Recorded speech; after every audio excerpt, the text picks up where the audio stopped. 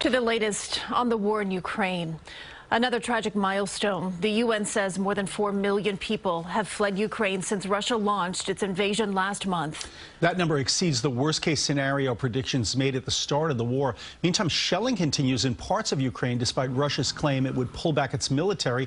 This comes amid new intelligence on Vladimir Putin's relationship with his military commanders. CBS 2's Skyler Henry reports on U.S. plans for aid to Ukraine.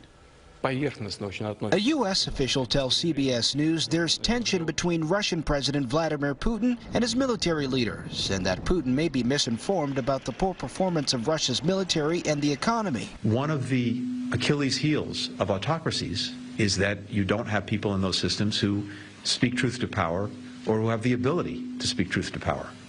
And I think that is something that we're seeing in Russia. Ukrainian officials say airstrikes continue in the northern city of Chernihiv and near the capital, Kyiv, just a day after Russia claimed it would drastically reduce military operations in those two regions. Our best assessment is less than 20% over the last 24 hours now. We've seen to start to reposition. In a nearly hour-long phone call with Ukrainian President Volodymyr Zelensky Wednesday, President Biden discussed security assistance and pledged to provide $500 million directly to the Ukrainian government. Here on Capitol Hill, a top U.S. military commander told a House panel that Russia's war in Ukraine could lead to a change in posture for troops in Europe.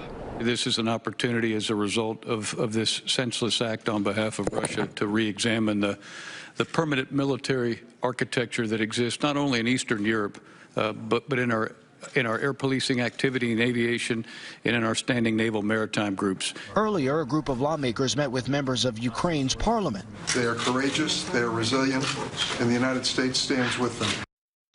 Now, this afternoon, members of the House and Senate received separate classified briefings on the situation in Ukraine.